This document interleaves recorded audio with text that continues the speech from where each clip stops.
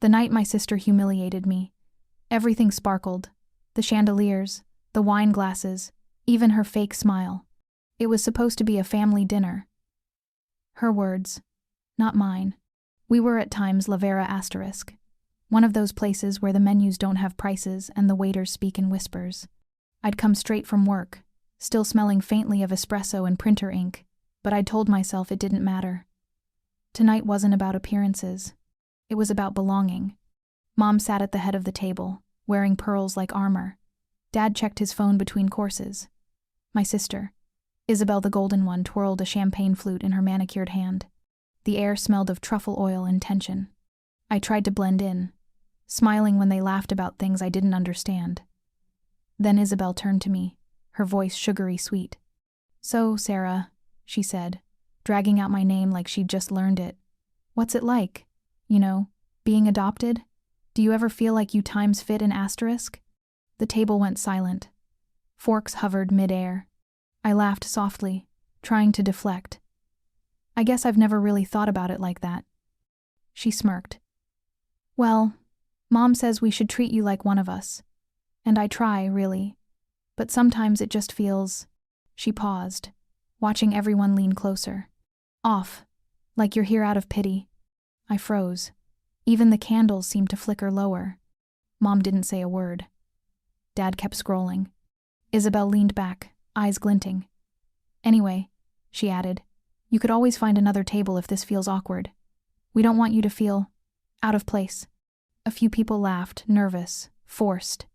Someone whispered, "Isabel." But it didn't matter. The damage was done. I stood up, cheeks burning, and muttered, "Excuse me." I walked to the bathroom and stared at my reflection under the soft golden lights. My lipstick was smudged. My eyes were glassy. I wanted to cry, but I wouldn't give her that satisfaction. When I came back, dessert plates had replaced dinner dishes. A waiter approached with a discreet smile. "Miss Sarah, the check is ready. Miss Isabel said you'd be taking care of it." He slid the leather folder toward me. $5,270 risk. For a moment, all I heard was laughter, the echo of her voice saying, "Adopted, kids don't belong here." I smiled at the waiter. "Of course," I said. "I'll handle it." And I did. Just not the way she expected. The next morning, I woke up with the same ache in my chest, the kind that feels like a bruise you can't see. The restaurant's laughter still echoed in my head. $5,270. That number burned into my memory like a brand. But beneath the humiliation, something sharp had started to grow, not anger. Exactly. Something steadier. Resolve. At 9 a.m., I called the restaurant. "Hi, this is Sarah," I said calmly. "There's been a mistake with last night's bill." The manager sounded apologetic. "Ah, yes. The large party in the East Wing. Miss Isabel signed the check on your behalf." "On my behalf?" "Yes, ma'am. She said you'd reimburse her directly." I smiled to myself. "Right. That won't be happening." I emailed the manager the photo of the check, my name, scribbled by someone else.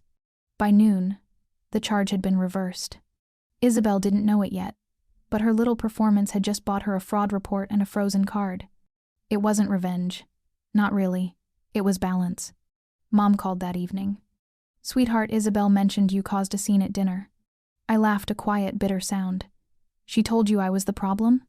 "She said you were oversensitive." "You know she didn't mean it like that."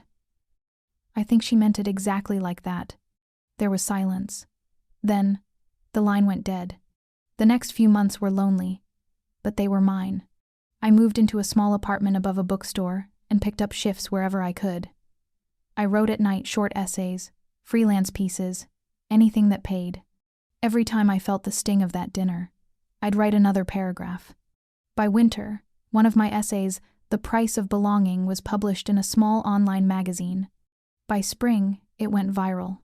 People saw themselves in my story, the unwanted daughter, the quiet one at the table, the girl who finally stopped asking to be invited. Emails started pouring in, podcasts, publishers, even a few talk shows. I didn't reply to most of them. Some wounds don't need an audience. When Isabel found out, she posted something vague online. So proud of my baby sister chasing her little dreams. Little dreams. The words didn't sting this time, they just made me smile. A year later, my first book came out. It wasn't about her, not directly, but people connected the dots anyway. It sold out in 3 weeks. Interviews, appearances, a name they'd once laughed at now printed on covers in airport bookstores. One day, Mom called again. Her voice was softer this time. Your father and I read your book. We didn't realize. You didn't want to realize, I said gently. Silence stretched again, not awkward this time, just final. I hung up, stood by my apartment window, and looked out at the city lights. It was quiet, peaceful. I didn't need their table anymore. I had built my own. And this time, I was the only one invited. The night of my book launch smelled like old paper and champagne. It was held in the same kind of venue I used to pass by and think, people like me don't belong there. Now, my name was printed on the banner at the entrance, The Price of Belonging, by Sarah Holt. The irony wasn't lost on me. Reporters filled the corners, cameras flashing under the dim gold lights. A jazz trio played near the back. I smiled, answered questions, signed copies, thanked people who believed in words more than bloodlines. I was mid-sentence when I saw her. Isabel. She was dressed for the cameras, glossy curls, diamond earrings, that same effortless arrogance she wore like perfume. And beside her, Mom and Dad, their smiles tight, rehearsed. For a moment, I almost forgot how to breathe. They approached as if we were old friends meeting by chance. Mom's voice was sweetened with nerves. Sarah, darling, we couldn't be prouder. Look at you so successful. Dad nodded, glancing around like he wanted everyone to notice that he was my father. And Isabel, she smiled wide, the same smile she'd worn the night she'd handed me that bill. You did it, she said softly, leaning in. Guess all that independence paid off. It sounded like praise, but I heard the undertone surprise that I'd made it without them. Pity, maybe. Envy.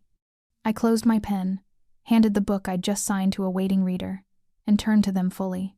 Thank you for coming, I said. My tone was polite, warm, even the kind of warmth that keeps you at a distance. Mom touched my arm. We'd love to catch up. Maybe a family dinner? Family dinner. The words made something in me tighten, then loosen again. I smiled, not cruelly, just honestly. You know, I don't really do those anymore. Their expressions faltered. Isabel tried to recover first. Come on, don't be dramatic. It's been years. I nodded. Exactly. For a second, none of us spoke. The air between us felt fragile, like the pause before glass shatters. Then I added, still calm. You once told me adopted kids don't belong at the table. Turns out you were right, I built my own. The silence that followed was sharper than any insult. Mom's eyes watered. Isabel's smile cracked. Dad looked at the floor. I excused myself and stepped away, not rushed, not angry, just done. A journalist intercepted me near the exit. Sarah, that woman you were talking to, was she family? I smiled faintly. Once, I said. But not anymore. He hesitated, then asked, would you like me to include that in the piece? I thought for a moment, then shook my head. No need. The book already says everything. Outside, the city hummed traffic, laughter, life. I stood on the sidewalk beneath the streetlights, the cool night brushing against my skin like forgiveness. I wasn't angry anymore. Just free. It sat in my drafts folder for weeks before I admitted what it really was, not a letter, not an apology, not even a goodbye. It was the thing I needed to say, if only to prove to myself that I'd stopped waiting for them to listen. I typed their names out one by one, Mom, Dad, Isabel, and then I just stared. The cursor blinked like a heartbeat. I don't know where to start. Maybe with the night at La Vera. Maybe with the way you looked away when she said I didn't belong. Or maybe with the day I realized you were right, I didn't. My fingers hovered for a moment. It still hurt to think about it. The laughter, the silence, the bill with my name on it. But beneath all that pain was something quieter. A strange, fragile gratitude. Because without that moment, I might still be begging for a chair at someone else's table. I spent years trying to earn a place in this family. I thought if I worked hard enough, was kind enough, Grateful enough, you'd see me as yours. But blood doesn't make a family. Love does. And love isn't supposed to feel like a test. I stopped there, pressing the backspace key, deleting and retyping every sentence until the words blurred.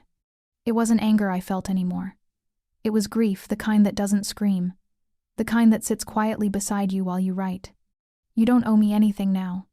I've learned how to live without the noise of your approval. I've learned that silence can be softer when it's mine. I'm not angry. I just wish it hadn't taken so long to stop needing you. I read the letter again, from the first line to the last, then closed the window without saving. Some things aren't meant to be sent. Some stories end better when they stay unfinished.